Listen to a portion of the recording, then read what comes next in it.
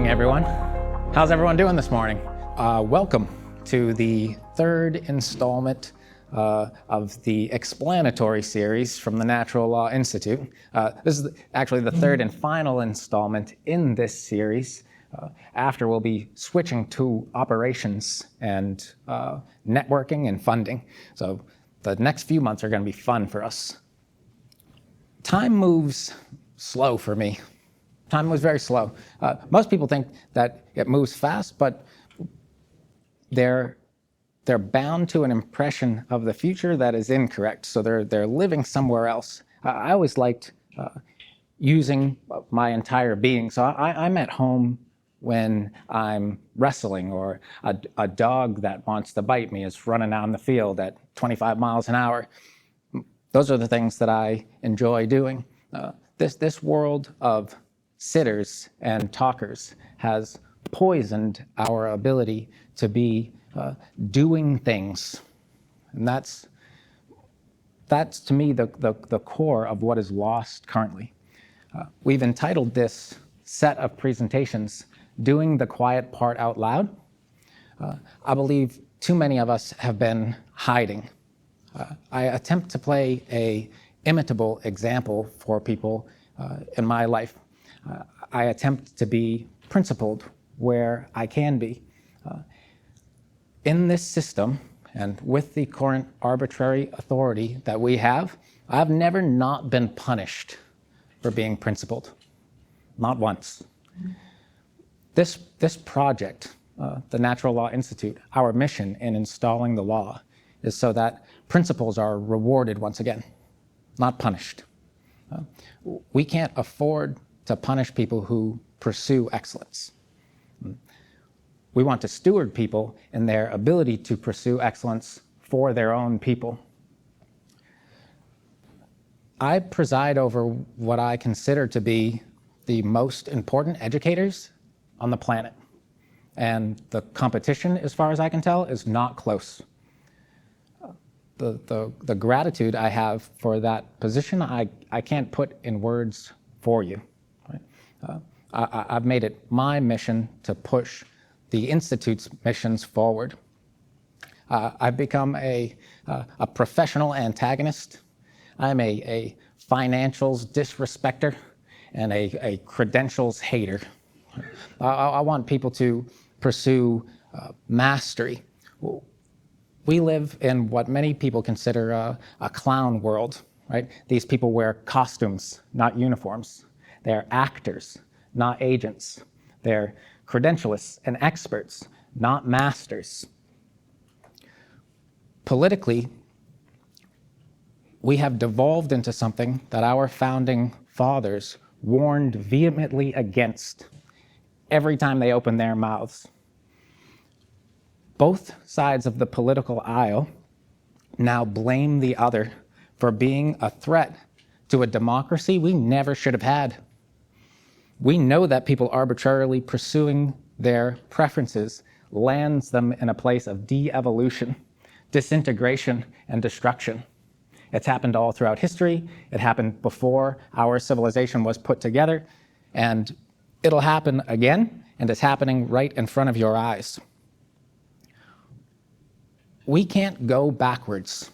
If I were to give a warning to the conservatives or the right, they're always looking for solutions in the past, and we don't have the ability to go backwards in time. The physical recombinatorics alone are outside of the realm of possibility. We have to move forward into the future in a way that's decidable. We teach social science with it culminating in the extension of natural law into man's affairs in a correspondent fashion to remove the possibility for externality through time. We need to raise up a new elite, and they can't be of the entropic type we have currently. They must be an aristocratic, a noble type. We can't hide behind anonymity. The people who are rich currently, we need them to step up and out from behind wherever they are hiding to aid the rest of these people. We have a capital redistribution structure that creates a bifurcation, and it's ending with most of the good people landing in the lower classes, and most of the people who are fit to steal, who are temperamentally set up in a psychopathological way to take from the rest of us. Our law, our training, and our education makes this a reality that would cease to exist. A lot of people talk about legality, but things that are legal must be legitimate. And in order to legitimize them, you must bind them to the natural law.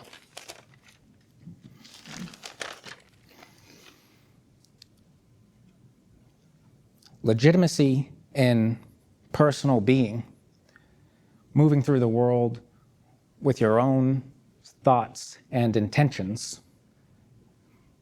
leaning on your principles, is the only way we should afford people to move through this place. Every other way is deceitful.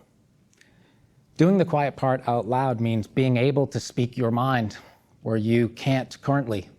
It means being able to pursue the things you talk to your friends and your family about in private, but are afraid to do in public or to display in the commons. Where good people have to hide, evil flourishes. My people understand that the easiest way to predict a black swan event is to cause it.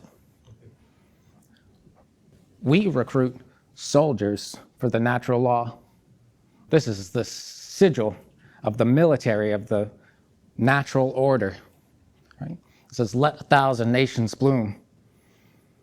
They can only bloom on the back of the decidability of leaders who care for their peoples.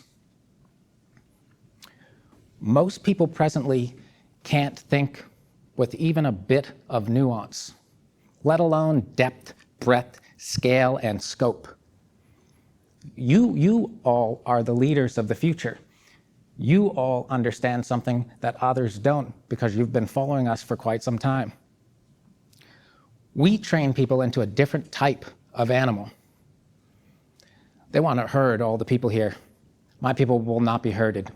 We will be heard and heeded. We will decide how the future plays out for us.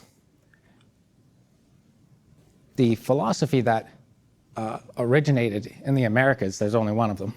It's pragmatism. We are in a position now where what is pragmatic to do it's not morally digestible for most people. And in order to make it morally digestible, we have to bring our understanding of this place to light. All these people currently who lead in the political sphere, all the American people, they make this to-do about kneeling. We never kneel to anyone, right? No leaders, no rulers. I'm under the impression we need to steward a populace worth kneeling for. You kneel to the people you propose to. You kneel to the people you honor. You kneel to the God you serve. We don't need people who won't kneel. We need people who will kneel in reverence. Our understanding of social science is bound to neurobiology, meaning it's correspondent to what you can see in the world.